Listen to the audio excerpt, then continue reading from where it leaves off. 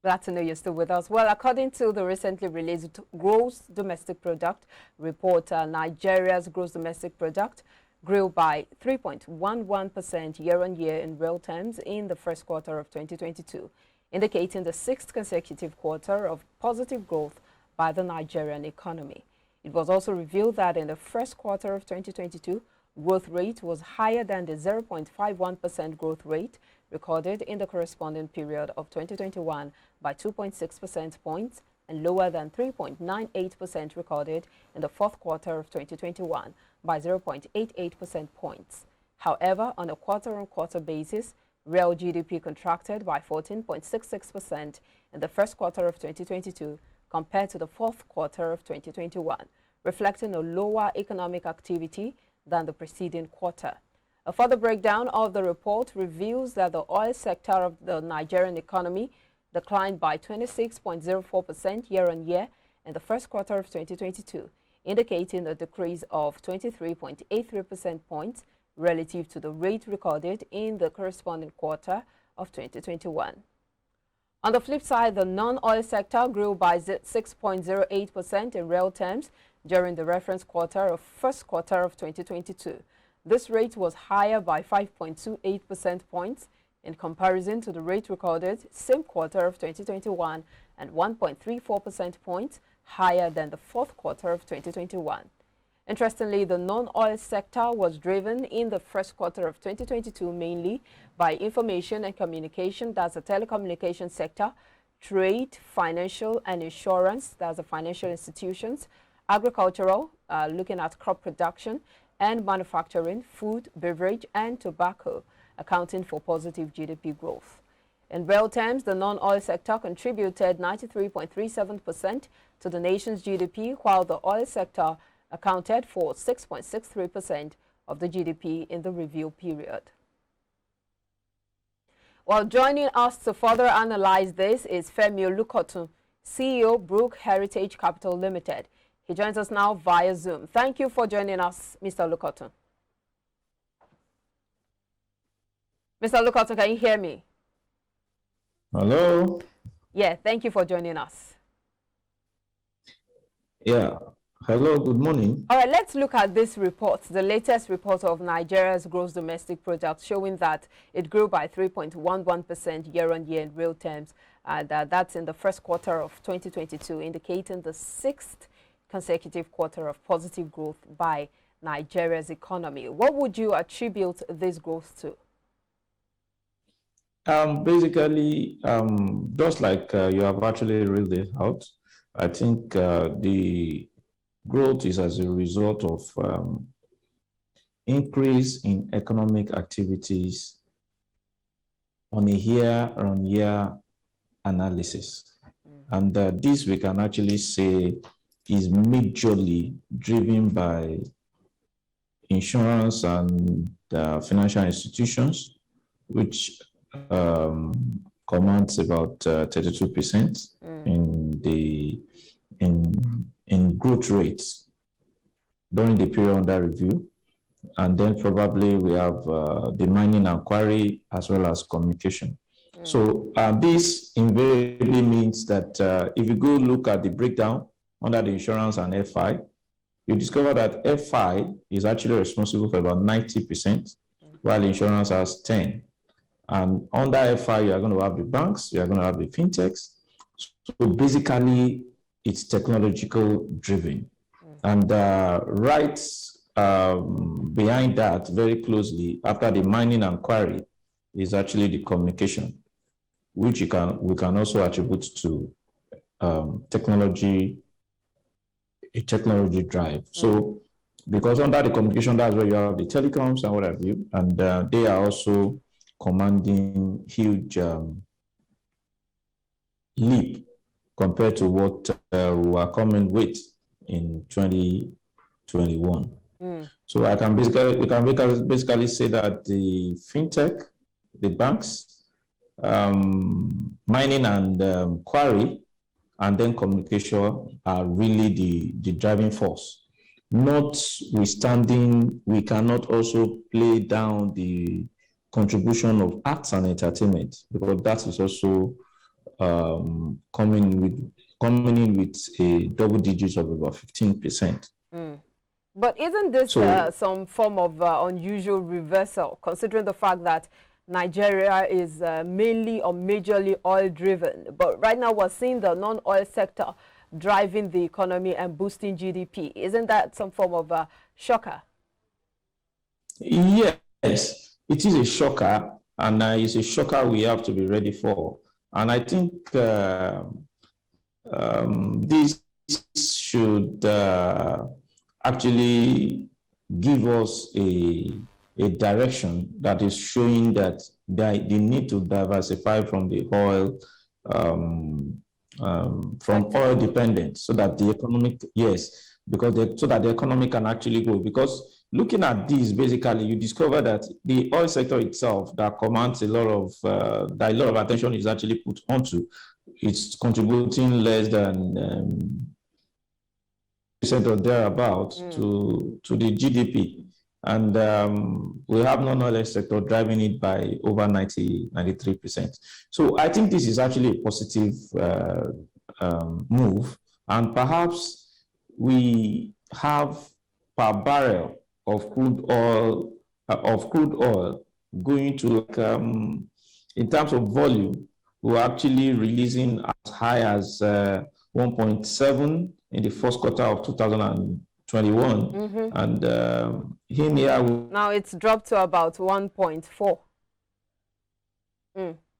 Okay, we'll link back up with Femi Lukotu, having some technical issues there, but of course it will be fixed. Talking about Nigeria's gross domestic product, which of course saw an increase and driven by the non-oil sector. Quite a shocker, especially when you consider the fact that Nigeria is majorly dependent on oil. Crude oil has been our mainstay, but right now we're seeing that the telecommunication industry, financial assurance, and the agricultural sector are the ones boosting the economy. Thank you, Femi Olukoto, for joining us again. Thank you. Yes, so I'll let you land on your thoughts before we take the conversation further. Okay, so we discovered that the oil output is actually dropping, and that is not actually affecting our GDP in itself, in the real sense, because the driver of our GDP is actually leaving the oil and going to the non-oil. And even the non-oil, we should also look at the fact that the non-oil is now having mining and quarry taking a leap immediately after the banks and financial. So this is also a positive signal, because it means that we're actually going into alternative, and we are blessed with a lot of mineral resources. And looking at the into the mining and quarry, you discover that it is metal oil driven, because metal oil in itself alone is coming with about 54% in that line. So that tells you that something is actually being done differently, which the government must actually focus. Okay. Well, talking about okay, go ahead. All right. We'll try to. Yeah, I'm listening.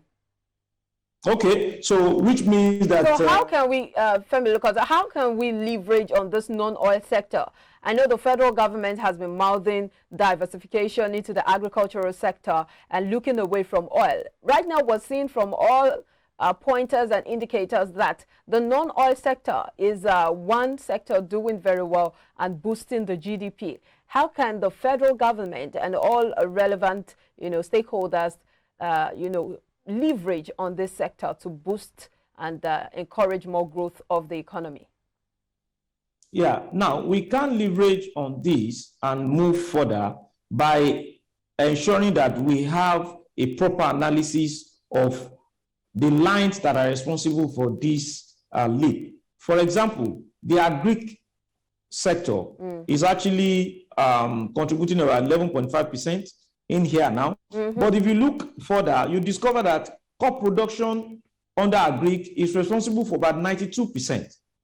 So we still have livestock, forestry, fishing struggling with 80%, which means by the time we go into improving our livestock activities, and as well as fishing, with all this water that we are blessed with, you see that the agri sector itself can actually overtake the FI, because I personally believe that we must have a system that will not be driven by financial institutions. We must have real sector driving the economy in itself, which is agri, mining, arts and entertainment, because arts and entertainment are real, they are talent driven, and Nigeria is blessed around talents, singing and what have you. So music, movies, and what have you. So these are areas that we can actually have huge improvement upon, especially in the agri sector.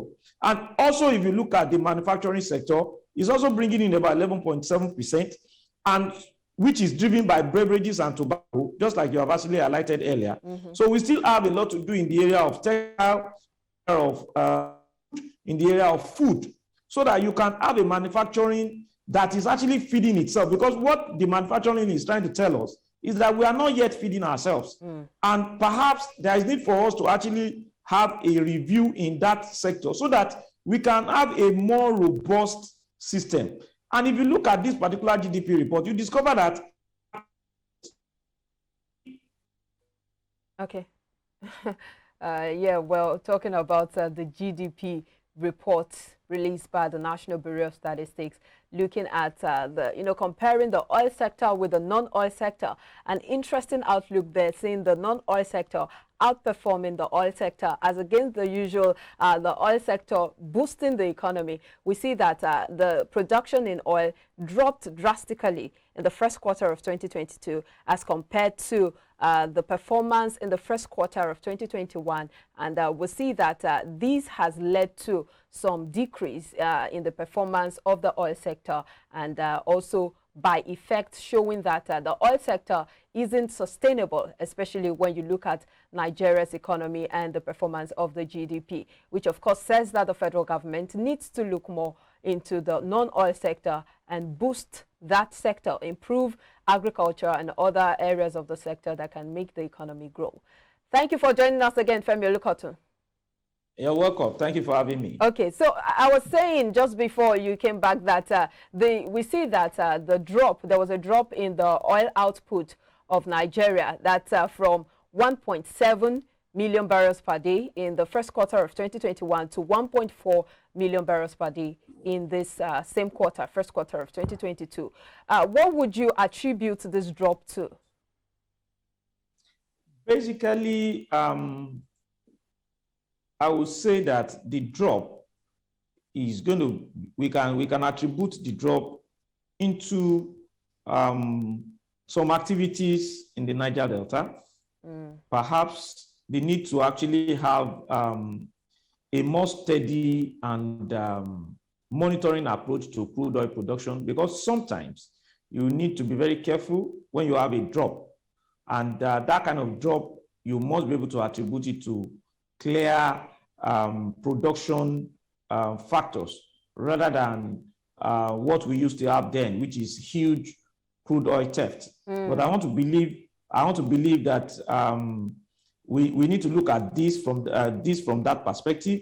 And I'm not saying that it is theft that is responsible for this drop. That's not what I'm saying. Okay. But at the same time, there is need for us to look at what can actually be responsible for this very sharp drop in oil production. And at the same time, I also want to believe that because sometime in 2016, I think we were actually able to get into about 2 million barrel per day production average. And in 2017, I think third quarter or thereabout, we were also at 2. And the same thing applies to third quarter of 2019 and 2020. So I want to believe that the activities and focus is actually shifting from crude oil production to the economic, the GDP-driven economic activities, which we have actually said earlier, because you have to look at what level of employment is the oil sector generating vis-a-vis the employment generation of the manufacturing, the agriculture, which is actually very significant. And with our high level of unemployment, there is need for us to have a focus that actually goes into these lines of sectors that can actually drive our GDP growth. And at the same time, that will not just be a GDP growth driven on paper, but rather the reality, which is unemployment, because even the MPS employment is about 42% among. Okay. You're actually driving the conversation to another point, talking about how all of this GDP growth would eventually trickle down to the average man in the economy, how Nigerians out there would feel the impact of this GDP growth, so that it's not just something on paper where we see the NBS recording or reporting figures, and then we're not seeing the ripple effect on the average citizen. Thank you for joining us again. Femi Olukotan, are you with us? Okay, we'll try to link back up with him. But of course, it is very important to get the effect of these figures in the markets. How does it affect the price of food commodities and all of that? And how can Nigerians benefit from this increase in GDP? Thank you for joining us, Femi Olukotan. Yeah, thank you for having me again. So let's wrap this up by translating or interpreting what this means for the average Nigerian. How does this get down to the average man on the street to, change or improve their standard of living? Well, that is why we have a nominal GDP and we have the real GDP. So, because the real GDP, we actually take into cognizance the effect of inflation. And while the nominal GDP is just interested in goods and services and what they have contributed. But when it comes to the real GDP, you take into cognizance the inflation effect. So the inflation effect in this now, for example, the nominal GDP in the quarter order review 2022 is 4.3 trillion, while the real GDP is 17.3 trillion. So that tells you that what inflation is taking off it is significant. And that is where you now see the effect of a GDP growth on an average person walking on the street. Just like I've said earlier, saying that we cannot so much rely on paper. There is need for us to actually look at how this affects people on the streets. And that is why the joy that we take off here, although it's not yet to Uhuru, is the fact that the sectors that are actually doing a lot in terms of employment and what have you, are the sectors that are driving the GDP now. So, which is actually positive. So we are, just like I've stated earlier, the agric activities, the manufacturing activities, the mining and quarry activities. And what this tells us is that, just like I'm breaking down, I was able to break down the agric activities into livestock, crop production, based on what the MBS gives us, crop production, livestock, forestry and fishing. You discover that crop production itself alone is actually about 92%, which means with all the water we have here in fishing, and even fishing that is going into artificial, we must improve on all these bottom lines so that you have a lot of employment that can still be generated along these lines. Look at the livestock, we must feed ourselves. So by the time we're able to actually do this in the area of agric activities, then we move to manufacturing, where you can actually add value to all these agric outputs, so that it becomes an input in the manufacturing sector and becomes output in the area of food production, wares production, and what have you. So all these things are what will now take us into the real developing nation that we should be. All right. And that is when we can begin to have an average person on the street understanding and feeling the impact of this GDP as it is right now. Absolutely. Thank you so much for the apt contribution on the show this morning. Femi Olukotan, CEO, Brook Heritage Capital Limited. Thank you for your thoughts on the show. And have a great day. All right, still to come after the break, Nigerians will have to pay 1 kobo per second on their phone calls as the federal government moves to impose a tax on telephone calls to fund free healthcare for the vulnerable. Well, that's after this break. Please stay with us.